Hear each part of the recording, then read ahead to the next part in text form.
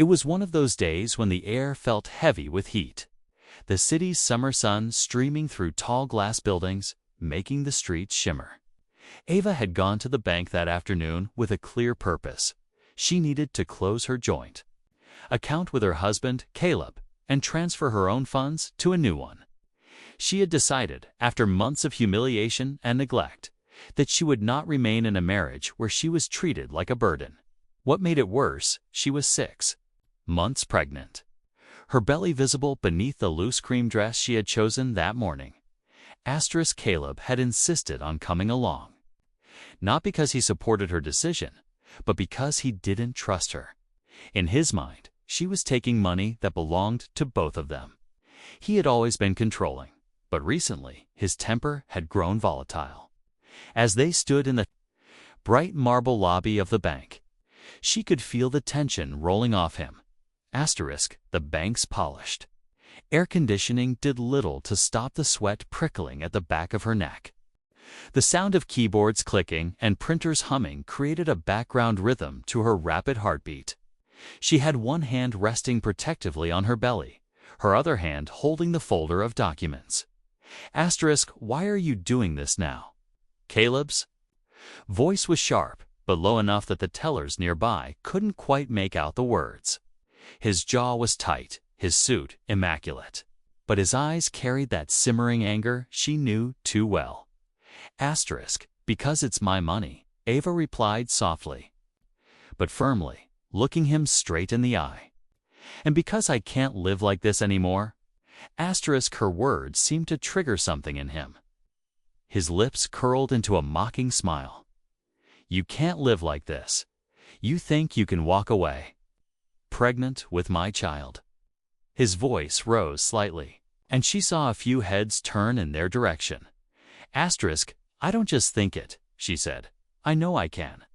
The next moment happened too fast for her to fully process. He stepped closer, his hand gripping her arm. Then, in a moment of unfiltered rage, he shoved her backward. She stumbled, her back hitting the edge of a desk, her breath catching as pain shot through her side. A gasp erupted from somewhere in the room, followed by hurried footsteps.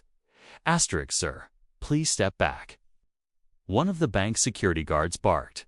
Rushing toward them, Caleb froze for a split second, realizing people had seen what he'd done. Ava was trying to steady herself, one hand on the desk, the other clutching her belly. Her eyes burned not from tears, but from a sudden rush of adrenaline. That's when she heard a deep, commanding voice from behind the row of offices. What is going on here?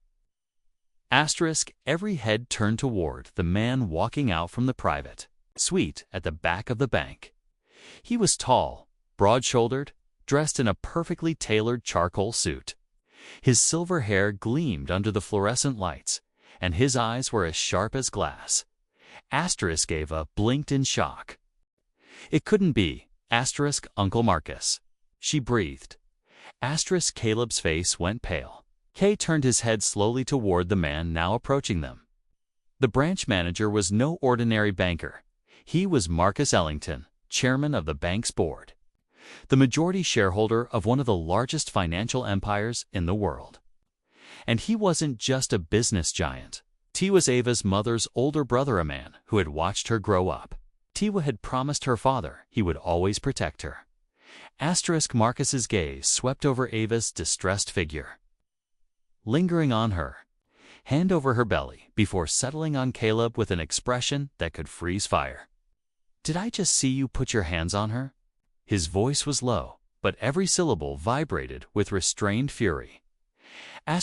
Caleb stammered. It's not what it looked like. We're just enough, Marcus said sharply, cutting him off. He signaled to the security guards. Escort him to my office. Now. Ava opened her mouth to speak, but Marcus stepped toward her, his expression softening. Are you hurt? She shook her head, though her heart was still pounding. I'm okay. Just shaken. Sit down, he said gently, guiding her toward a leather chair in the corner. I'll deal with him. Asterisk inside the manager's suite. The temperature of the room dropped several degrees. Caleb sat stiffly in front of the massive mahogany desk while Marcus remained standing. Asterisk, you think I'm just a banker? Marcus began, his tone deceptively calm. You think you can walk into my institution, put your hands on my pregnant niece, and leave without consequences? Asterisk Caleb tried to lean back casually, but sweat was forming on his forehead. This is a misunderstanding. She's taking money that's legally asterisk, that money is in her name, Marcus interrupted, his voice rising slightly. And you will not see a single cent of it. I have rights as her husband. You had rights, Marcus said coldly. But as of today, you've lost them. Asterisk, he picked up his phone and pressed a button. Legal, this is Marcus. I need a full team in my office in 15 minutes. We're initiating proceedings against Caleb Bennett. Breach of contract, domestic abuse, financial misconduct. And get media relations ready. Asterisk Caleb's head snapped up. Media relations? What are you talking about? Asterisk Marcus leaned forward, his palms flat on the desk. You're going to apologize to Ava. On camera. And that video will be released to every major network. That is the only way you walk out of here without police escorting you in handcuffs. Today, Caleb opened his mouth, but Marcus's glare silenced him. Meanwhile, Ava sat in the lobby, sipping the water one of the tellers had brought her. She could hear muffled voices from Marcus's office. And for the first time in months, she felt a strange sense of safety.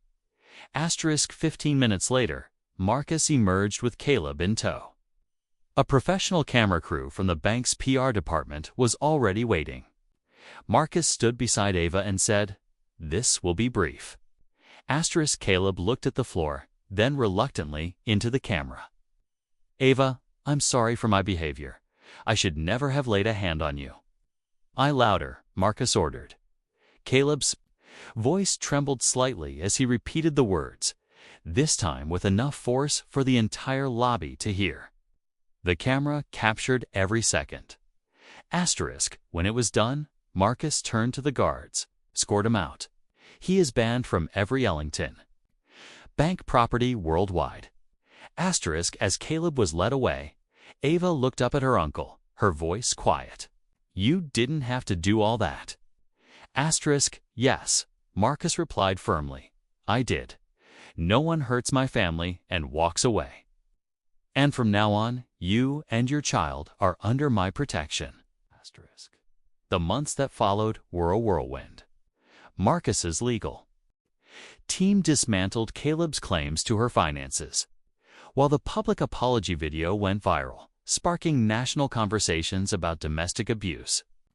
Ava moved into a new apartment one Marcus insisted on securing for her, and began preparing for her baby's arrival without the shadow of her husband looming over her. Asterisk, and every time she stepped into a bank after that, she remembered that hot summer afternoon. Not with fear, but with the fierce reassurance that someone powerful had stood up for her when she needed it most.